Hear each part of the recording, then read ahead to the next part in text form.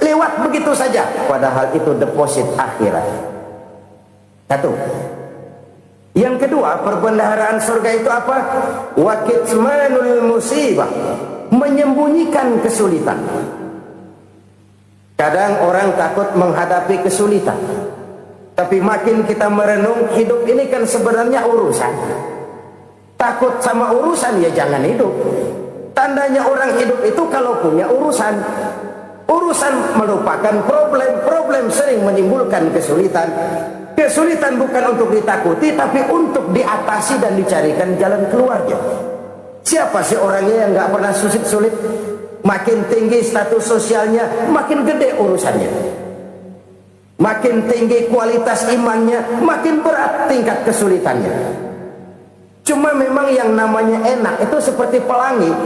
Biang lala itu nggak pernah di atas kepala kita, di atas kepala orang melulu. Lo sih enak lo, kata kita. Dia juga bilang lebih enak kan lo. Pelangi itu nggak pernah di atas kepala kita.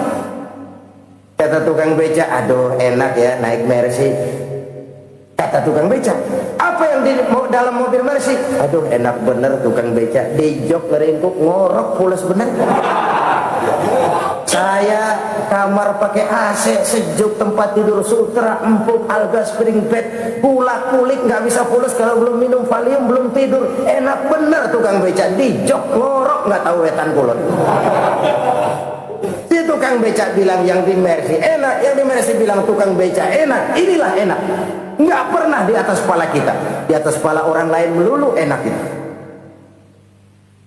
Nah, saudara-saudara, yang merupakan perbendaharaan surga itu orang yang bisa menyembunyikan kesulitan, baik pribadi ataupun rumah tangga. Nih terutama rumah tangga yang jadi soal. Kadang-kadang kita ini kalau senang, sebaliknya kalau senang kita diam, kalem aja, cuek. Banyak banget duit kita, bawaan diam aja udah. Malah ketemu orang takut. Tapi begitu susah, sekampung tahu. Padahal Nabi mengajarkan perbendaharaan surga itu menyembunyikan musibah, menyembunyikan kesulitan. Kalau enak, cerita sama orang-orang. Kalau nggak enak, rasain sendiri, tekan sendiri, atasin sendiri. Kita kan sebaliknya, tenang kita diam, asal lagi susah, paling tidak kita nyari teman buat cerita kesusahan. Siapa orangnya yang nggak pernah susah? Cuma soalnya bagaimana kita mengatasi kesusahan itu sendiri. Begitu juga misalnya kalau orang sudah berumah tangga, itu orang tuanya harus menjadi tempat dia cerita yang enak-enak saja. Yang nggak enak rasain berdua, selesaikan berdua, atasin berdua. Jangan dibalik. Asal senang diam, giliran susah aja, maknya laporan. Terbalik. Bisa menjaga security informasi. Maka nama bayam keluar diam, malah sulitan. Enak amat makan daging ayam. Security informasi. Saudara-saudara kaum muslimin rahimakumullah, ujian yang terberat itu yang pernah diberikan kepada para nabi, para rasul, para aulia, para ulama. Makin tinggi keimanan, makin berat bentuk kesulitan. Ayo saya kemukakan satu contoh saja. Ada seorang nabi yang kaya, nabi kaya, namanya Nabi Ayub. Iblis kalau orang begini kan keki, ibadahnya rajin, kaya. Yang kayak begini susah digodain. Kalau ibadahnya rajin, miskin, enggali bisa disogok. Sini imannya mantap, ibadahnya rajin, kaya, nabi lagi. Oh, tapi namanya iblis, nggak kurang akal. Laporan, Tuhan, kenapa iblis? Ya ini bahasa saya, bahasa Qurannya sih nggak gitu. Itu hambamu yang namanya Ayub, dia rajin ibadah cuma karena dikasih kaya aja. Coba kasih miskin dia, berhenti dia sembahyang. Ah, kamu bisa aja. Saya tahu Ayub itu hambaku yang ikhlas. Saya buktiin Tuhan, silahkan. Dibuktiin lah, iblis turun ke alam ini. Yang mula-mula dia lakukan, dia rusak sawah ladang Nabi Ayub, dia binasakan binatang ternak Nabi Ayub, sehingga dalam waktu singkat jatuhlah Nabi Ayub dari orang paling kaya jadi orang paling miskin. Beliau masih ibadah di mihrab dalam masjid, datang iblis. Saudara Ayub, ya, lagi ngapain? Ibadah, nyembah Allah, nyembah Allah. Oh, percuma. Kenapa? Tuhan yang ente sembah nih, dia udah bikin miskin ente. Sawah ladang ente hancur lebur, binatang ternak binasa. Sekarang ente jadi orang paling miskin. Ngapain nyembah Tuhan kayak begitu? Tekor. Udah berhenti dah ibadah, berhenti ibadah. Ini iblis sama Tuhan laporannya lain, yang dikerjakan kepada Nabi Ayub juga lain. Benar begitu iblis kata Nabi Ayub? Iya, sawah ladang saya habis, buras. Binatang ternak saya binasa, binasa. Saya miskin, bangpak. Apa jawab Nabi Ayub? Bukan innalillahi, ini hebat. Alhamdulillahillazi a'tani wa akhadha minni. Segala puji bagi Allah yang telah memberikan harta kepada saya dan sekarang mengambilnya lagi. Alhamdulillah. Allah yang ngasih, Allah yang ambil. Itu mah urusan Allah. Iblis cuman ibadah jalan terus, sujud lagi Nabi Ayub. Iblis seleher gondok banget. Dasar Nabi nggak mempan dia apa-apain. Miskin malah alhamdulillah. Allah yang ngasih, Allah yang ambil. Jadi kalau kita tidak komit, kita tidak terikat kepada kaya, miskin, senang, susah, apa yang bisa bikin kita susah? Jadikan kekayaan, kemiskinan, jadikan senang susah sebagai anak buah yang bisa kita atur. Jangan kekayaan ngatur kita, jangan kemiskinan ngatur kita. Kita yang harus mengatur mereka. Senang susah, kaya, miskin, bahagia, sengsara, jadikan itu anak buah yang bisa kita atur. Kalau sekarang kita kaya, lain saat boleh jadi kita miskin, semiskin-miskinnya. Allah yang ngasih, Allah yang ambil. Tenaga mana yang bisa menghalangi? Ibadah jalan terus. Iblis makin gondok. Dasar Nabi loh. Akhirnya apa? Nabi Ayub dikerjain, diberikan penyakit. Demikian fatal penyakitnya. Bayangin, udah miskin sakit. Masya Allah. Miskin sakit. Sakitnya nggak lama, kira-kira 16 tahun. Istrinya 3, 2 mental minta ceraiin. Ngerawatin laki bengek begini. Senang belum tentu, susah udah pasti nih, cerai aja, cerai dah. Cerai. Tinggal satu Siti Rahmah yang setia menemani beliau. Sesetia-setianya hati perempuan. Satu saat Siti Rahmah bilang, "Bang, iya, abang kan Nabi bang. Lalu namanya Nabi kan doanya jarang meleset bang. Maksud kamu minta kenapa sih sama Tuhan biar abang sembuh Pak Aida bang?" Siti Rahmah, iya. Saya sakit berapa tahun sih dah? 16 tahun bang. Sebelum ini saya sehat berapa tahun? Ya kira-kira 60 tahun bang. Nah coba ente banding-bandingin Rahmah. Saya dikasih sehat 60 tahun, dikasih sakit 16 tahun. Sudah nggak sabar mau doa kepada Allah minta sembuh. Saya malu kepada Allah. Diuji dengan yang luar biasa seperti ini, tidak mengganggu stabilitas kehambaannya. Dia tetap menghamba kepada Allah Subhanahu wa ta'ala. Saudara-saudara kaum muslimin rahimakumullah, kunci menghadapi kesulitan itu apa? Allah jelaskan dalam satu ayat, wa basyiris sabirin alladzina idza asabathum musibah qalu inna lillahi wa inna ilaihi raji'un. Gembirakan orang-orang yang sabar. Siapa mereka itu? Yang apabila mendapat musibah mereka kembali kepada keyakinan dasar, segalanya dari Allah dan segalanya akan kembali kepada Allah. Ini konsepsi dasar dari sikap muslim dalam menghadapi berbagai kesulitan. Segalanya dari Allah, segalanya akan kembali kepada Allah. Kalau ini sudah kondisi dasarnya, maka kita akan lapang menghadapi kenyataan bagaimanapun pahitnya. Apakah itu namanya miskin? Apakah itu namanya sakit? Bahkan maut sekalipun. Maut sekalipun. Segalanya dari Allah, segalanya akan kembali kepada Allah. Ini sikap hidup, bukan sekedar ucapan. Kita kadang-kadang menjadikannya sebagai ucapan. Mulutnya sehingga berhenti, innalillahi wa inna ilaihi rajiun, tapi nangisnya terus gerung-gerungan. Bukan itu, ini kesadaran moral. Kalau segalanya dari Allah, segalanya kembali kepada Allah, kan sebenarnya cuma nunggu giliran. Hari ini saya nyembayangin dia, entah hari apa saya disembahingin orang.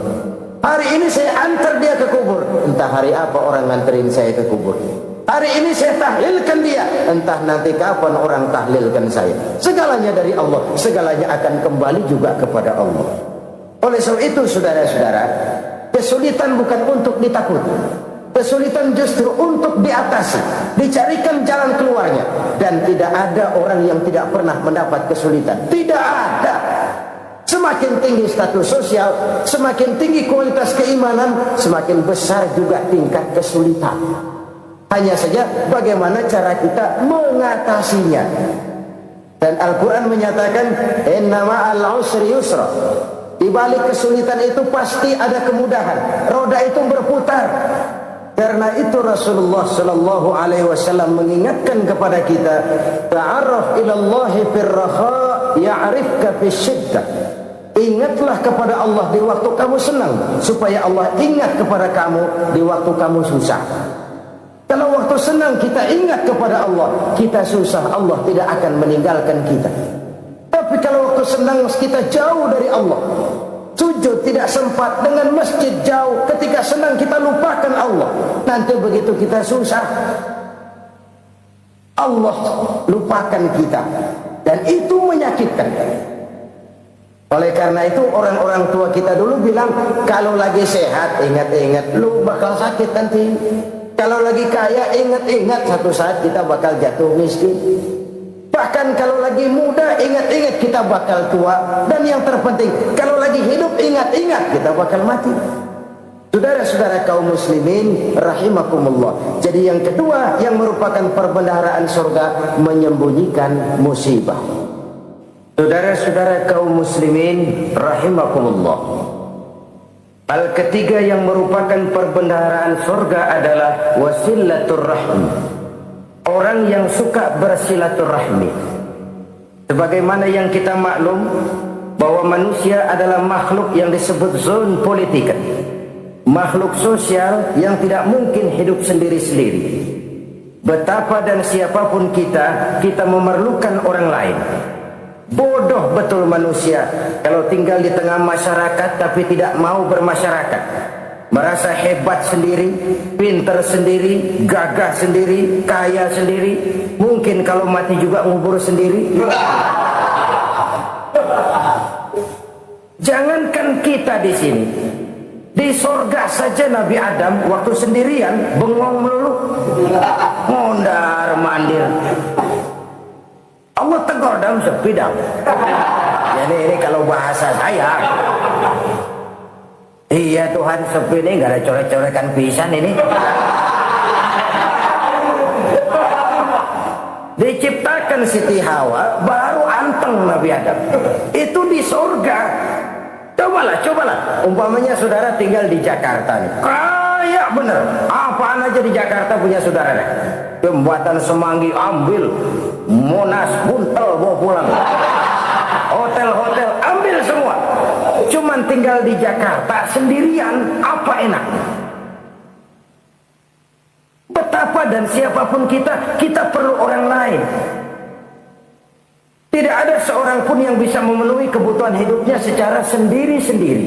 Nah, Islam telah menyelamatkan manusia dari ras diskriminasi, mengikat manusia dengan persaudaraan yang berlandaskan kepada akidah. Karena itu dianjurkan bersilaturahmi. Bahkan Nabi menyatakan, man arada ayyubsata lahu fi rizqihi wa yunsa'a fi atharihi falyasil rahimah. Siapa yang kepengen diluaskan rezekinya dan dipanjangkan usianya, banyaklah ia bersilaturahmi. Siapa yang kepengen dimudahkan rezekinya, Hendaknya ia banyak bersilaturahmi. Kalau banyak teman, kesulitan kan paling tidak ada tempat cerita. Udah susah, sendirian kita pikirin diri, nggak ada tempat tukar pikiran. Cepet banget sama bengek.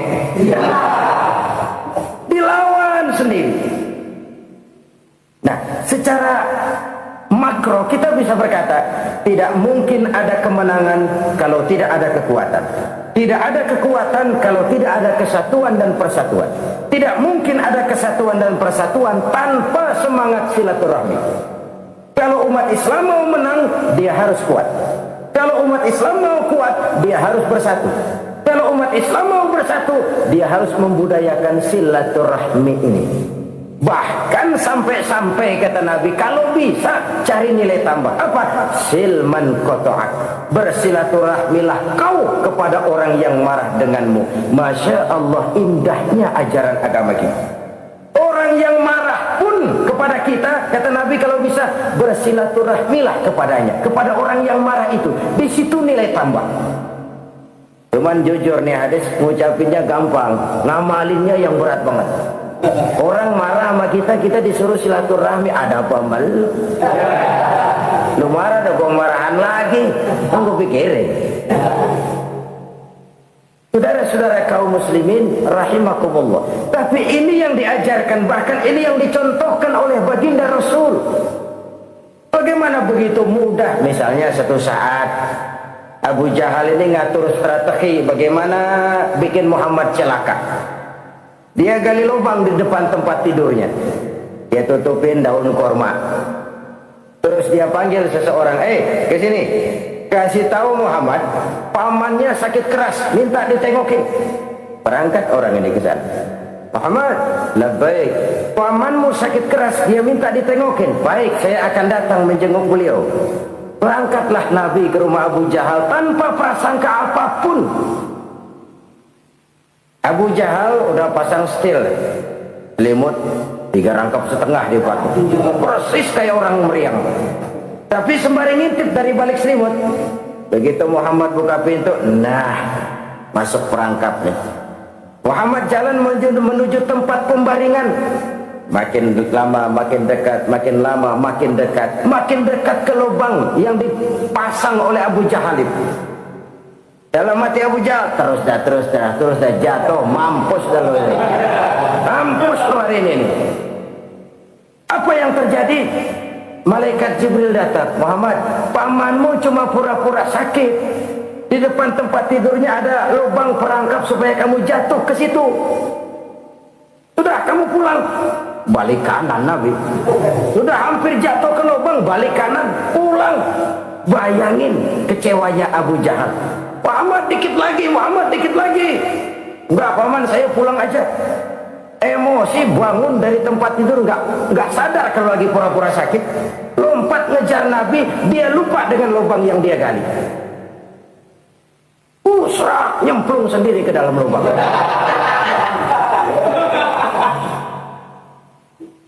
Nabi terus berlalu.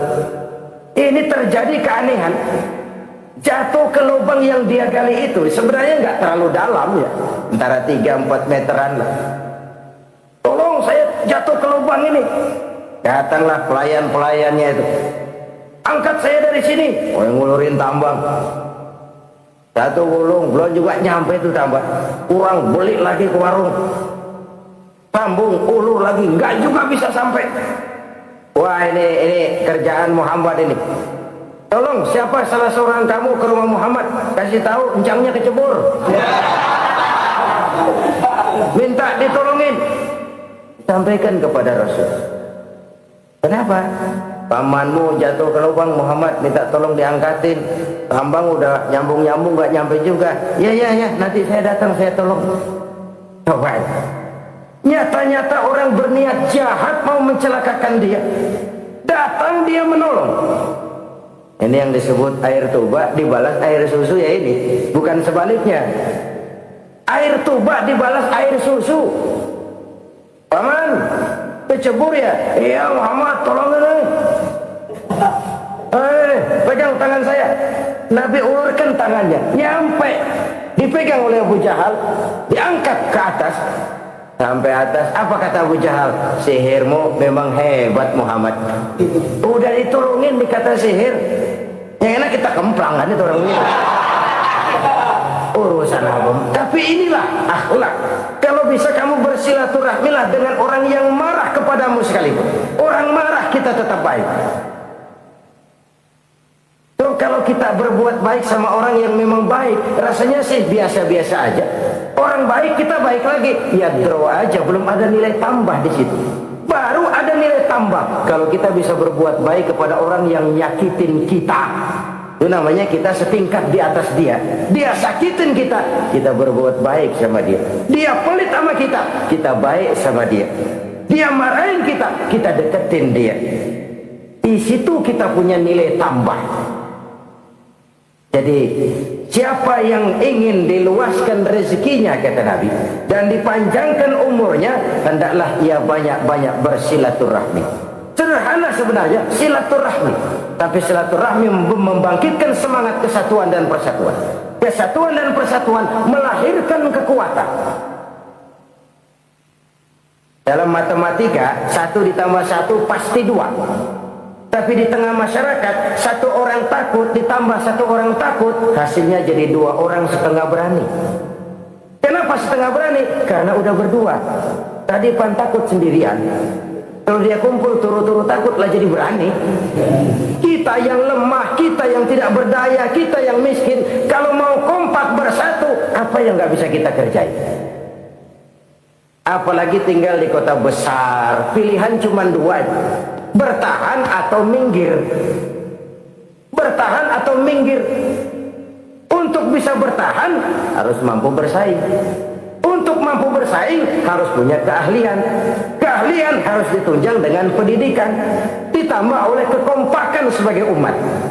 Udah miskin mencar mulu, orang injak kita. Orang nggak pandang urusan apa malu. Oleh karena itu silaturahmi pada hakikatnya merupakan roh dari ukhuwah yang diajarkan oleh agama kita. Bagaimana Islam menyelamatkan masyarakat manusia dari ras diskriminasi, mengikat manusia, dan tidak ada persaudaraan yang lebih indah selain persaudaraan yang diikat dengan nilai-nilai akidah. Sepanjang orang di jalan Allah, itulah saudara kita. Keluar dia dari jalan Allah, selesailah persaudaraan sampai di situ. Karena itu, kalau ingin menyimpan sesuatu di surga, banyaklah bersilaturahmi. Datang ke rumah ini, datang ke rumah itu, dan lain sebagainya. Itu simpanan kita di akhirat nanti. Ini yang ketiga. Saudara-saudara, yang keempat, perbendaharaan surga itu apa? Wa qawlu la hawla wa la quwwata illa billah. Ucapan la hawla wa la quwwata illa billah. Ibadah kan ada yang berat, modalnya besar. Bangun masjid berat, modalnya besar.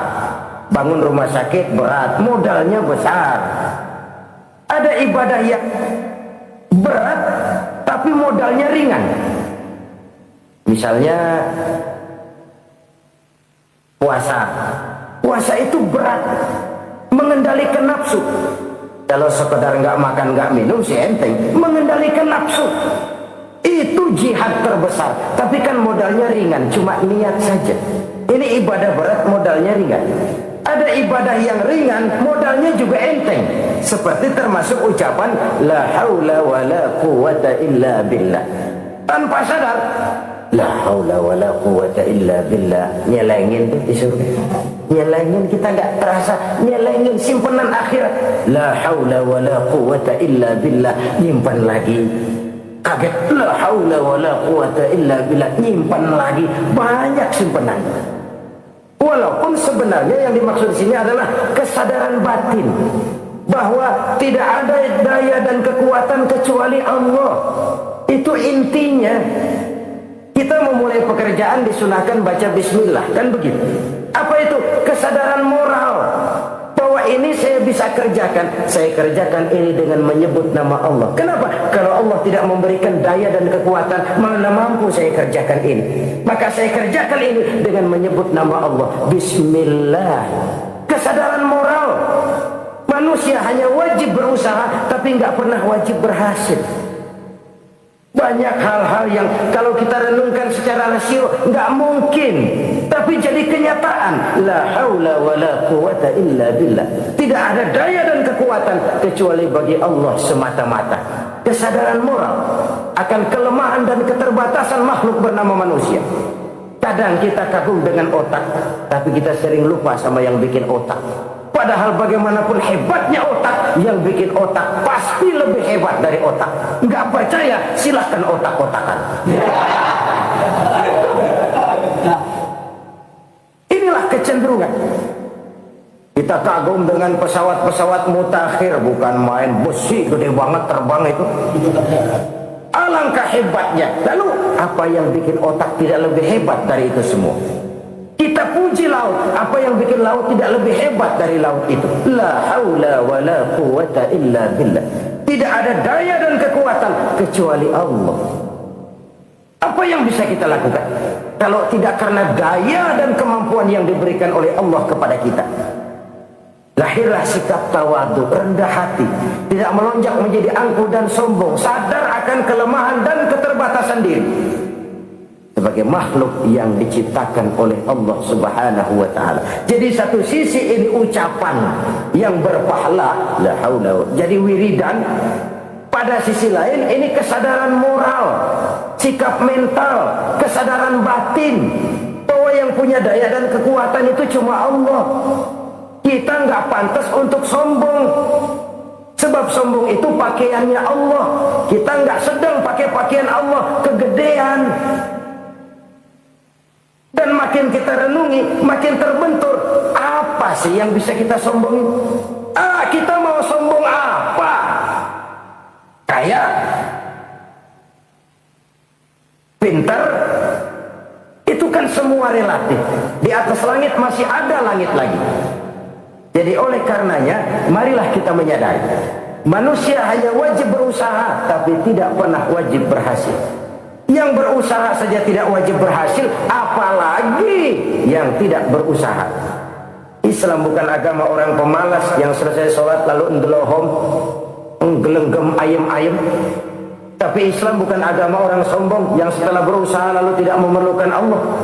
Kita bisa saja bikin proyeksi, tahun sekian kita bakal panen besar menurut perhitungan otak.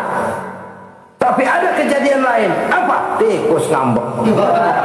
Habis itu dimakanin tikus, panen gagal.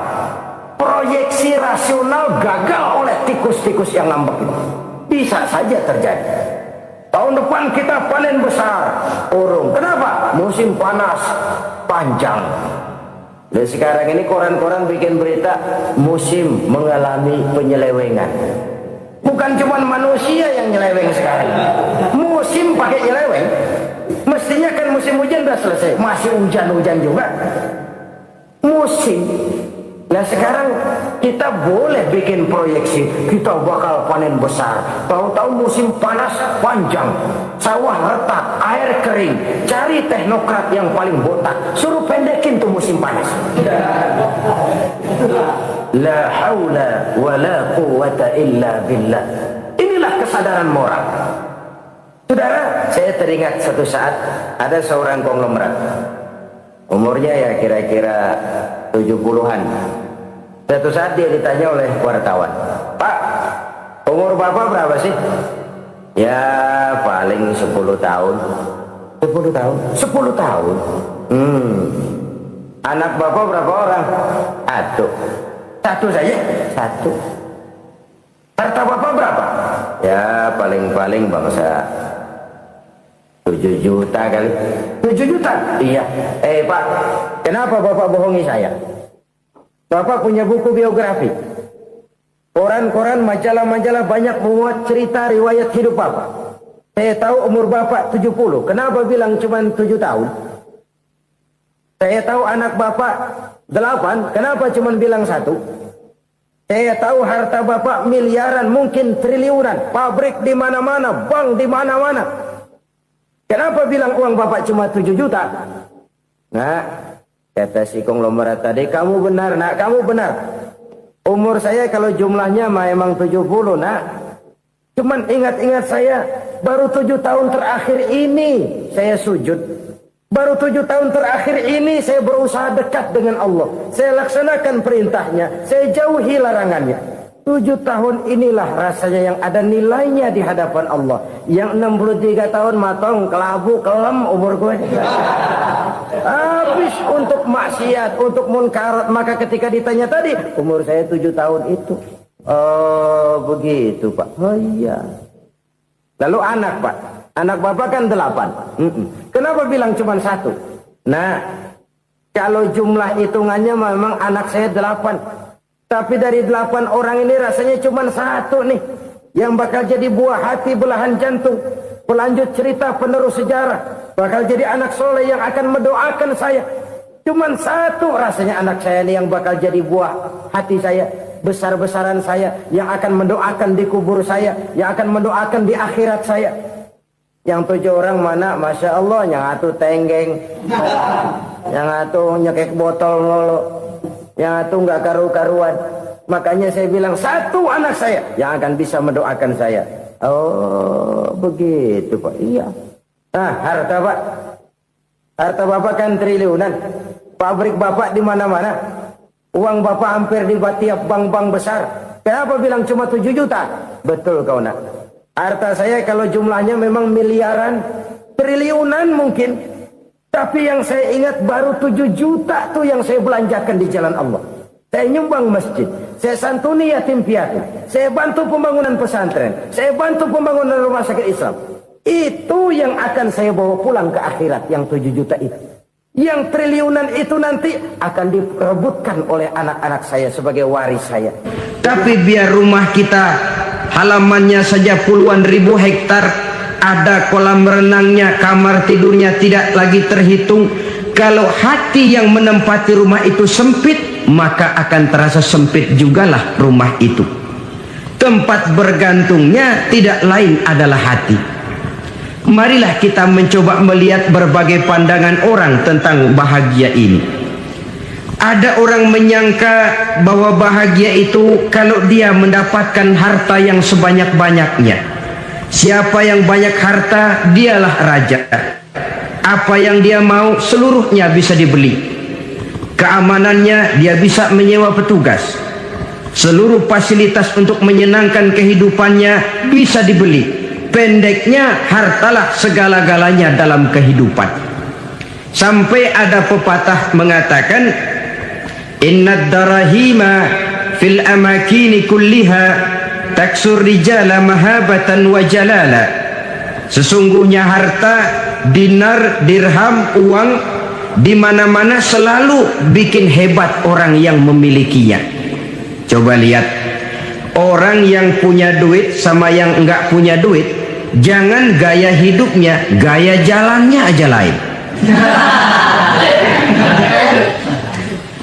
Wahia lisanun liman arada fasahatan, wahia silahun liman arada qitala. Uang adalah senjata yang paling ampuh bagi orang yang mau pergi perang, dan lidah yang paling fasih bagi orang yang mau bicara. Kalau bicara dengan lidah macet, cobalah bicara dengan harta, lancar. Sampai ada pepatah demikian, segalanya bisa diatur dengan harta. Maka di kalangan orang yang berpandangan semacam itu, seluruh kegiatan hidupnya hanya terfokus kepada bagaimana mengumpulkan harta yang sebanyak-banyaknya. Tidak peduli halal haram, tidak kenal sore pagi siang dan malam, tidak sempat sujud, jauh dari agama, jauh dari kehidupan yang bersifat ruhaniyah, jauh dari Allah dan sebagainya. Sampai dalam Al-Quran dikelompokkan dalam kelompok yang dinamakan lumazah. Allazi jama'a malahu wa'addadah yahsabu anna malahu akhladah. Mereka mengumpul-ngumpulkan harta sebanyak-banyaknya dan menyangka bahwa harta yang banyak itu dapat mengekalkan hidupnya, mengekalkan kekayaannya, mengekalkan kebahagiaannya. Saudara hadirin yang berbahagia, kalau pandangan hidup ini benar, artinya kalau harta memang merupakan satu-satunya hal yang dapat membuat orang bahagia, tentu di rumah mewah tidak akan pernah ada tangis derita. Tentu di satu tempat di mana fasilitas hidup serba menunjang, tidak ada yang namanya penderitaan. Tapi suka dan duka, sedih dan gembira, senyum dan tawa adalah milik setiap orang, baik dia punya harta maupun dia tidak punya harta. Nyatalah bahwa harta, fa inna safar ba'id, bawa bekal yang banyak karena perjalanan sangat jauh. Saudara mau ke Bandung, bawa duit. Saudara mau ke Surabaya, banyakkan lagi duitnya. Saudara mau ke Mekah, gepokan, iketan tuh duit, nggak lembaran lagi. Makin jauh perjalanan, makin banyak bekal yang harus kita bawa. Kalau saudara dari Jakarta mau ke Surabaya, kagak bawa duit, berangkat juga, itu sih bukan berani namanya, nekat. Sampai Surabaya belum tentu, sengsara di jalan udah pasti. Kenapa? Nggak bawa bekal berangkat. Sama juga kita nih, misalnya belum sempat sembahyang, mati. Waduh, berani banget orang. Belum punya bekal, mati. Sengsara di jalan.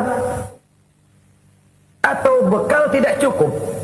Dari Jakarta saudara mau ke Surabaya, bawa duit 500 perak. Paling jauh Cikampek nyampenya itu. Paling jauh itu. Antara jauhnya perjalanan dengan bekal yang saudara bawa tidak seimbang. Hidup ini perjalanan panjang, a walking tour. Dimulai dari alam arwah, sebelum jasad diciptakan, roh diciptakan lebih dulu. Dari situ pindah ke alam rahim, dari alam rahim pindah ke alam dunia, dari alam dunia pindah ke alam barzah, baru menuju akhirat. Satu perjalanan panjang. Kalau bekal tidak bawa, sengsara di jalan. Bawa bekal yang banyak karena perjalanan ini sangat jauh. Wa khaffifil hamla, ringankan beban karena beban itu cuma akan menyulitkan. Kalau bekal itu sih keperluan, tapi beban nggak kita perluin, cuma ngeberat-beratin. Apa ini beban? Dosa, kecurangan, kebatilan, kezoliman, ketidakadilan, kesewenang-wenangan. Itu akan jadi beban kita di akhirat. Alangkah celakanya, perjalanan panjang, bekal tidak bawa, beban kelewat banyak, alamat sengsara di jalan. Pahala tidak ada, dosa berlipat ganda. Na'udzubillah, tsumma na'udzubillah. Kalau kita rangkum nasihat Al-Ghazali dengan kisah si konglomerat tadi, kita akan mengambil kesimpulan. Pertama, bekal terbaik dalam menghadapi gejolak kehidupan ini tidak lain adalah iman. Yang kedua, pahala dan dosa. Dua hal kontroversial. Pahala adalah bekal, dosa adalah beban. Tapi kita sekarang kan tidak begitu terangsang kepada yang abstrak. Orang berlomba mencari yang konkret-konkret saja, yang real. Kalau memang dosa, benjol dong, kira-kira begitu. Kira-kira begitu. Persis orang Yahudi dulu. Orang Yahudi itu kan pernah minta kepada Nabi Musa, Ya Musa, lan nu'mina laka hatta narallaha jahrah. Musa, kami nggak bakal mau beriman kepada Allah kalau belum kami lihat Allah ada nongkrong di depan kami. Kalau memang Tuhan ada, taruh dong di depan kami. Mau yang konkret-konkret saja. Kalau memang dosa, benjol dong. Kalau memang pahala, berasa dong. Orang terangsang kepada yang real, yang konkret-konkret saja. Karena itu, untuk mengejar dosa, orang mau bayar. Tapi untuk mengejar pahala, walaupun tidak bayar, orang segan. Ini yang dikatakan oleh Nabi, kamu mengharapkan ke surga, tapi kamu berat melaksanakan sesuatu yang bisa membawa kamu ke surga. Kamu ingin jauh dari neraka, tapi tiap saat kamu lakukan perbuatan-perbuatan yang justru menjerumuskan kamu ke neraka. Idda'aitum an-najata minan nar wa ramaitum fiha anfusakum. Kamu ingin selamat dari neraka, tapi kamu lemparkan diri kamu ke neraka. Kamu ingin masuk surga, tapi berat sekali kamu melakukan perbuatan-perbuatan yang bisa menyampaikan kamu di surga. Saudara-saudara kaum muslimin rahimakumullah. Jadi hal keempat yang merupakan perbendaharaan surga adalah la haula wa la quwata illa billah. Satu sisi ini merupakan ucapan yang memperberat timbangan akhirat. Pada sisi lain ini merupakan sikap hidup seorang muslim. Kesadaran batin yang sangat dalam bahwa tidak ada daya dan kekuatan kecuali Allah. Dan itu kita simbolkan pada saat memulai pekerjaan dengan Bismillah, dengan menyebut nama Allah. Satu kesadaran moral, saya hanya bisa melakukan ini karena diberikan daya dan kekuatan oleh Allah. Lahirlah sikap tawadu, rendah hati, tidak melonjak menjadi angkuh dan sombong. Saudara-saudara, sampai sini dulu jumpa kita kali ini. Semoga 4 perbendaharaan surga ini dapat kita lakukan, yang kelak akan merupakan bekal kita di kemudian hari nanti. Amin ya rabbal alamin. Bapak-bapak, ibu-ibu, saudara-saudara kaum muslimin rahimakumullah. Di dalam kehidupan kita sebagai seorang muslim, minimal 5 kali dalam sehari semalam kita mendengar seruan untuk mendirikan solat yang disebut azan. Ada kalimat menarik di dalam kalimat azan itu, yakni seruan hayya 'alal falah, marilah menuju kepada keberuntungan, marilah meraih kemenangan. Seruan ini adalah kecenderungan dari setiap manusia, apapun warna kulitnya. Artinya, setiap orang dalam hidup selalu ingin meraih dan mencari kemenangan. Kemenangan akan melahirkan kepuasan batin, dan kepuasan batin memberikan kebahagiaan. Sedangkan kekalahan melahirkan penderitaan batin, dan penderitaan batin menjerumuskan seseorang di dalam berbagai bentuk kerugian. Jikalau inilah seruan azan, maka masalahnya ialah apa yang menyebabkan kita meraih kemenangan. Al-Quranul Karim memberikan tuntunan dan ajaran kepada kita bahwa orang-orang yang memperoleh kemenangan itu tidak lain adalah orang-orang yang bertakwa. Hanyalah mereka yang bertakwa kepada Allah Subhanahu wa ta'ala pada akhirnya akan tampil sebagai pemenang. Lalu siapa orang yang bertakwa itu? Dijelaskan dalam awal-awal Al-Baqarah, orang yang bertakwa yang akan meraih kemenangan. Pertama, allazina yu'minuna bil ghaib, yaitu orang-orang yang beriman kepada yang gaib, percaya bahwa ada alam yang gaib, alam yang abstrak, alam yang tidak bisa dijangkau oleh salah satu daripada panca indera kita.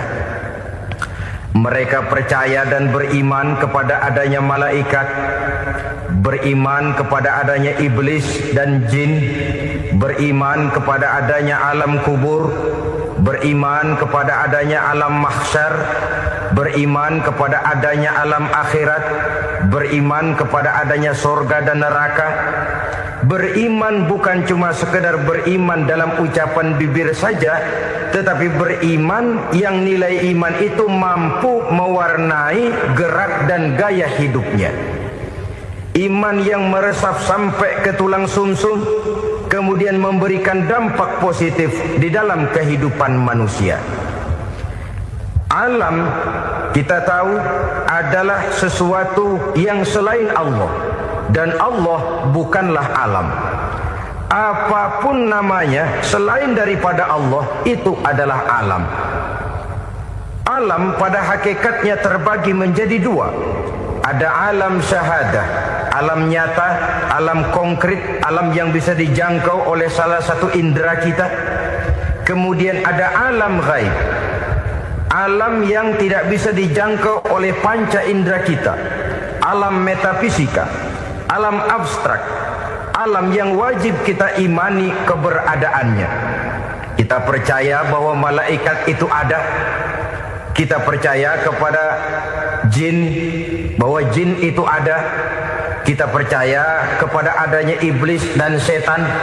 Bukan percaya kepada iblis dan setannya, percaya bahwa iblis dan setan itu ada.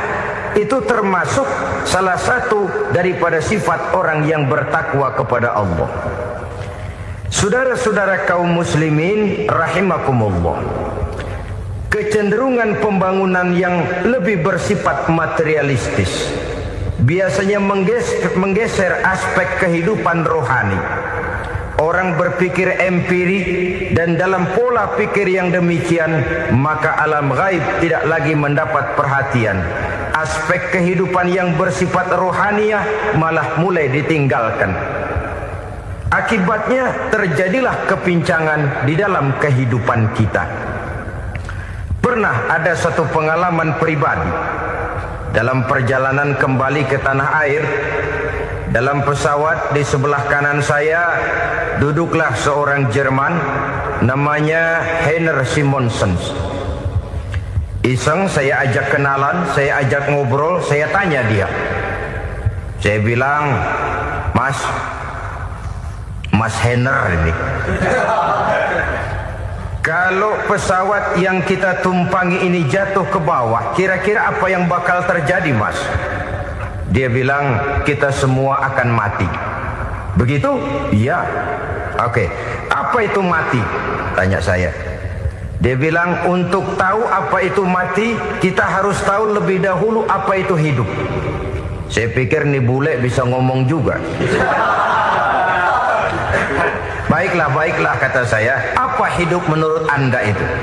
Oh, hidup itu dia bilang, kalau seluruh anggota badan kita bekerja secara normal, paru-paru memompa darah secara normal, jantung berdetak secara normal, sel-sel tubuh bekerja secara fit, dan organisme tubuh hanya mau bekerja secara normal, dia bilang, kalau kita memberi makan yang cukup, menu yang teratur, dan gizi yang lengkap.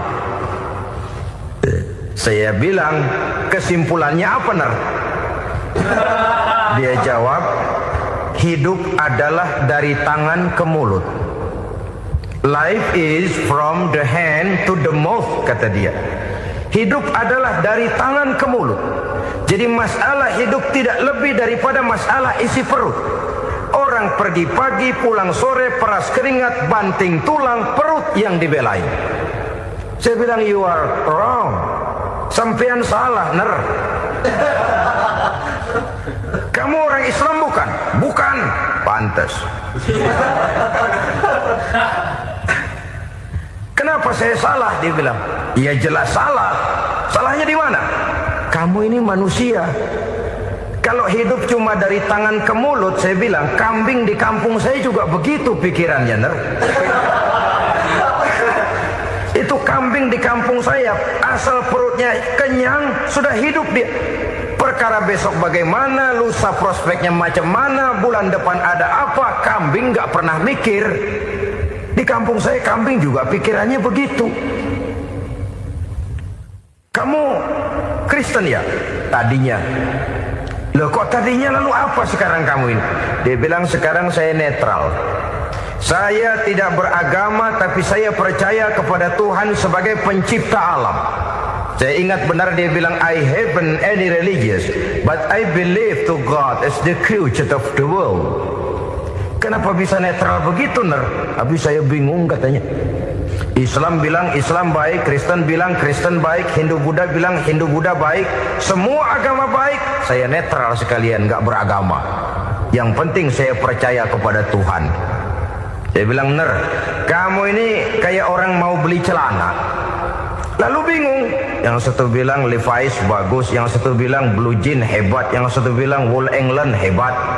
Celana ini hebat, celana itu bagus, celana ini hebat. Semua celana bagus, kamu bingung. Akhirnya netral, tidak pakai celana. Itu juga salah. Saya pikir-pikir, kemudian saya melihat bahwa dua pola berpikir Heiner ini nampaknya sudah mulai menggejala di lingkungan masyarakat bangsa kita. Disadari atau tidak, secara jujur kita harus berkata, dua pola pemikiran Heiner ini mulai berkembang di tengah masyarakat bangsa kita.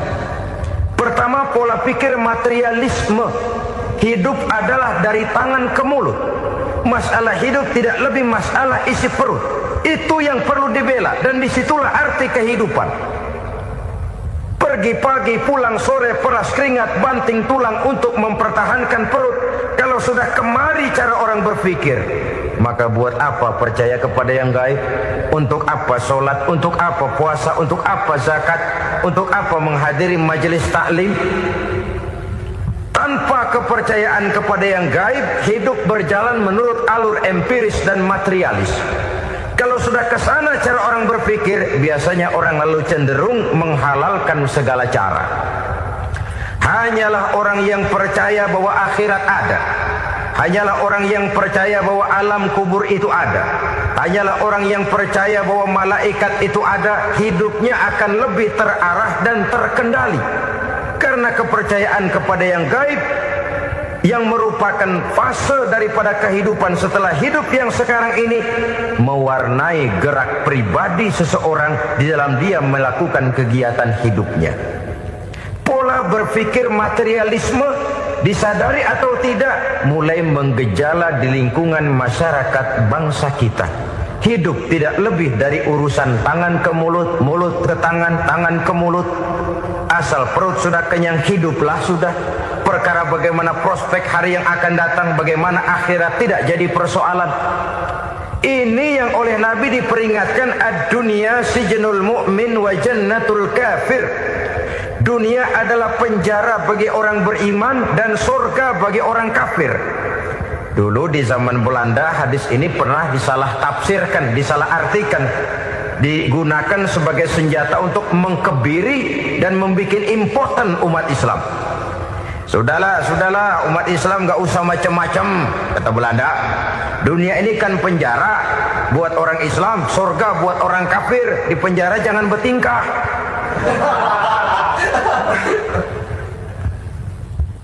Pengertiannya tidak begitu. Dunia adalah penjara bagi orang mukmin. Artinya dalam kehidupan dunia seorang mukmin tidak bebas memperturutkan hawa nafsunya. Di penjara hawa nafsunya itu. Sebaliknya surga bagi orang-orang kafir. Buat orang kafir surgalah dunia ini. Mereka bebas memperturutkan hawa nafsunya, dilarang tidak terlarang, dicegah pun tidak tercegah. Mereka hidup menurut alur bisikan nafsu mereka sendiri. Kemudian bila ajal datang, maut merenggut nyawa, selesailah surganya sampai di situ. Maka bagi orang-orang yang tidak percaya kepada adanya akhirat, kepada adanya alam gaib, surganya sebatas umurnya. Sekali lagi, surganya sebatas umurnya. Bila umur selesai, ajal pun datang merenggut nyawa, selesailah sudah surganya sampai di situ. Alangkah pendeknya perjalanan orang-orang yang tidak percaya kepada alam gaib ini. Bagi kita mukmin, jikalau kita mampu memenjarakan hawa nafsu, kita bisa bahagia di dunia ini. Dan Islam memang tidak menyuruh kita sengsara di dunia. Raih dunia, kejar dunia, gapai dunia sebagai alat untuk mencapai kebahagiaan di akhirat nanti. Hidup adalah satu perjalanan panjang yang terbentang sejak kita terlahir dari alam rahim sampai kepada alam akhirat nanti. Andai kata kita gagal meraih kebahagiaan di dunia, toh kita masih punya akhirat. Tapi jangan jadi dalil yang melemahkan semangat. Biarin dah kita di dunia kebelangsat, yang penting akhirat. Akhirnya dunia benar-benar kebelangsat. Bagaimana dunia ini bisa kita raih, dan bagaimana meraih dunia untuk menunjang kepentingan akhirat nanti. Yang kedua, dari pikiran Heiner yang saya lihat menggejala di lingkungan masyarakat bangsa kita, timbulnya manusia-manusia netral. Seolah-olah Tuhan yes, agama no. Sama Tuhan percaya, agama ogah. Tuhan ngangguk, giliran agama godeng. Padahal hampir dalam setiap ayat dalam Quran, kata-kata amanu biasanya bergandeng dengan wa amilus sholihat. Iman dan amal soleh. Ini sebagai isyarat Tuhan dan agama jangan pernah dipisah-pisah. Apabila kita bertuhan, maka kita harus beragama. Apabila kita beragama, maka agama itu harus bersumberkan dari Tuhan yang kita imani itu. Tidak mungkin kita pisah Tuhan yes, agama no. Sama Tuhan percaya tapi agama bikin sendiri. Sembayangnya cukup bengong 2 jam madep mulon.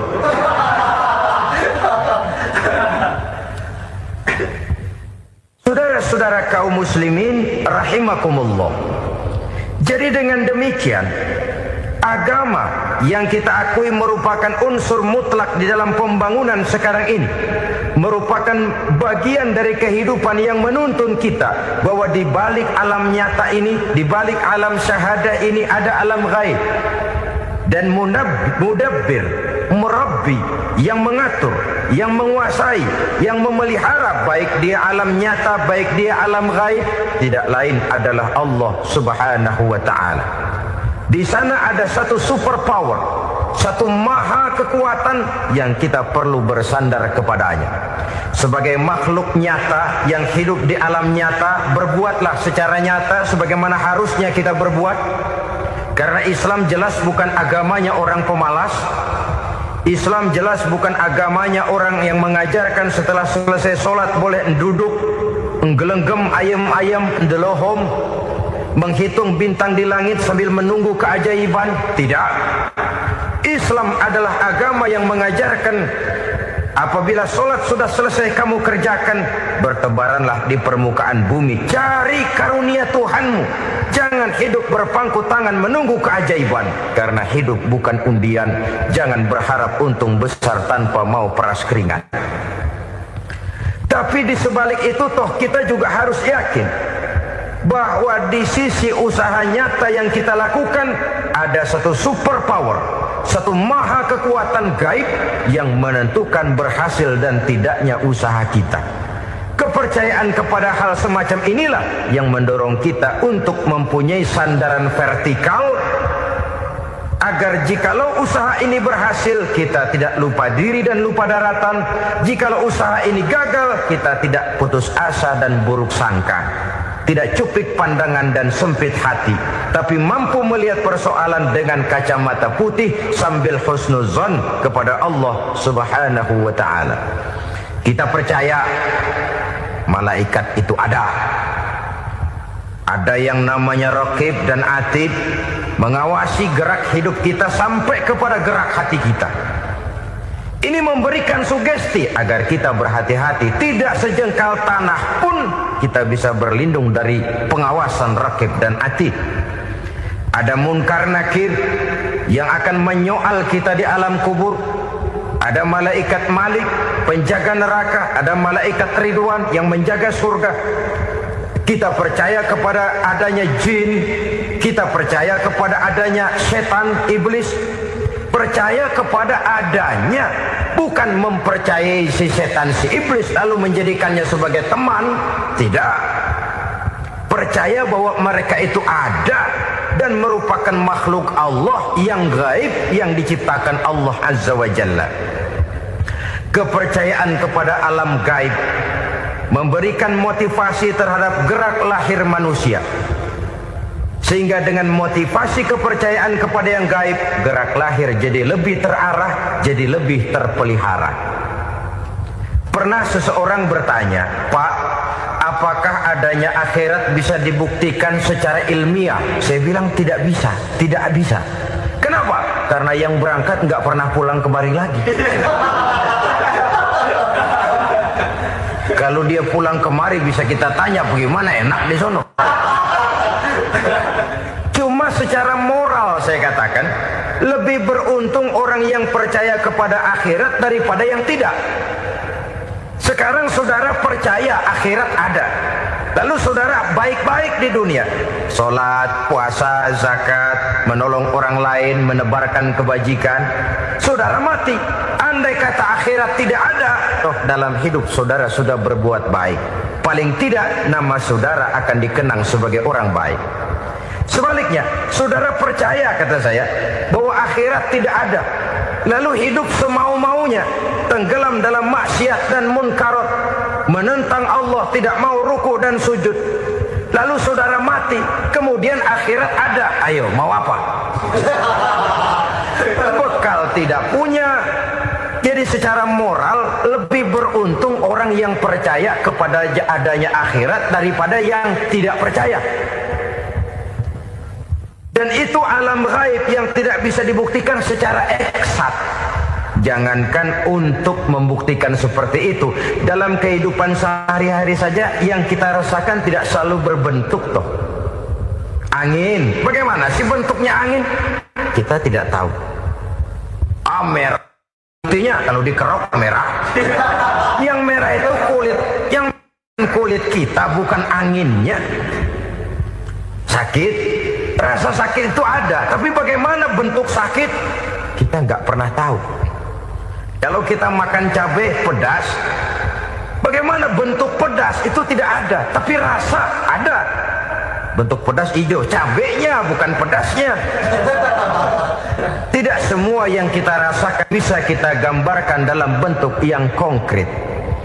Oleh karena itu, sekali lagi bahwa kepercayaan kepada alam yang gaib mampu memberikan satu sugesti yang menata kehidupan seseorang lebih lurus, lebih terarah, dan lebih terkendali.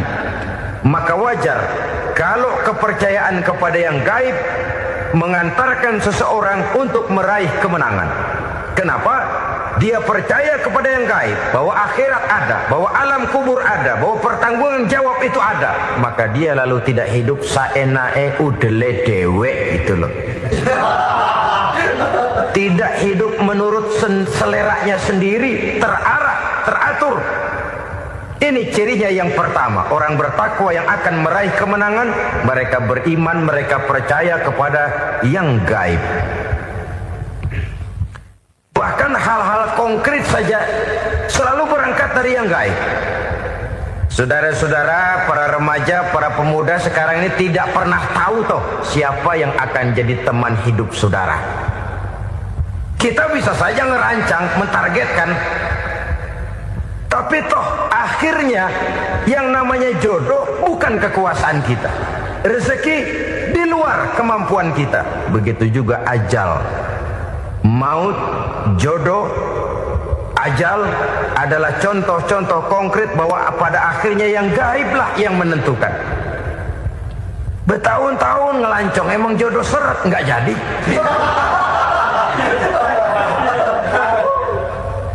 Begitu kenal baru setengah malam nginep ditangkap hansip kan? Hal-hal semacam itu kadang-kadang kita berpikir suuzon, gile, perempuannya cakep banget, lakinya rebek amat. Memang begitulah jodohnya. Memang begitulah jodohnya. Saudara hadirin ma'asyiral muslimin yang saya hormati, jadi hal-hal yang konkret saja kita yakini sepenuhnya ditentukan oleh satu superpower yang gaib itu tadi. Dari sanalah segala ketentuan itu berangkat dan kesanalah segalanya akan kembali. Maka kepercayaan kepada yang gaib meluruskan gerak hidup seseorang dan itu akan mengantarkan dia kepada meraih kemenangan. Satu. Yang kedua, wa yuqimuna shalah. Orang bertakwa yang akan meraih kemenangan itu adalah orang-orang yang mendirikan sholat. Kenapa sholat mengantarkan orang untuk meraih kemenangan? Yang jelas, inna sholata tanha anil fahsya'i wal munkar. Sholat mampu mencegah manusia dari perbuatan keji dan munkar. Banyak filsafat hidup yang terkandung di dalam sholat ini. Sejak kita wudhu sampai kita menghadap ke arah kiblat, sampai kita melakukan gerak-gerak sholat, bacaan-bacaan yang ada di dalam sholat, lalu sampai kepada mengucapkan salam. Banyak filsafat hidup yang terkandung di dalam sholat. Umpamanya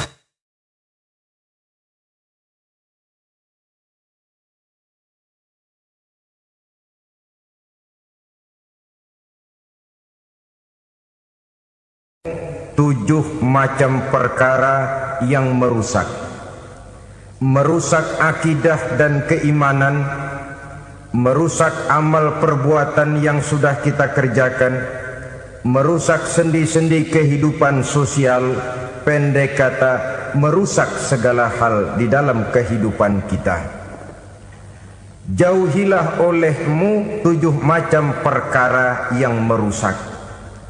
Yang pertama, asyirku billah, menyekutukan Allah subhanahu wa ta'ala. Agama dimulai dari keyakinan, maka kehancuran agama selalu dimulai dari kehancuran keyakinan, iman atau akidah yang dimiliki oleh seseorang. Dan untuk menghancurkan nilai-nilai iman yang kita miliki ini, orang rasanya tidak akan menghantam kita dengan peluru kendali. Orang tidak akan mengirimkan nuklir ke sini. Orang tidak juga akan mengirimkan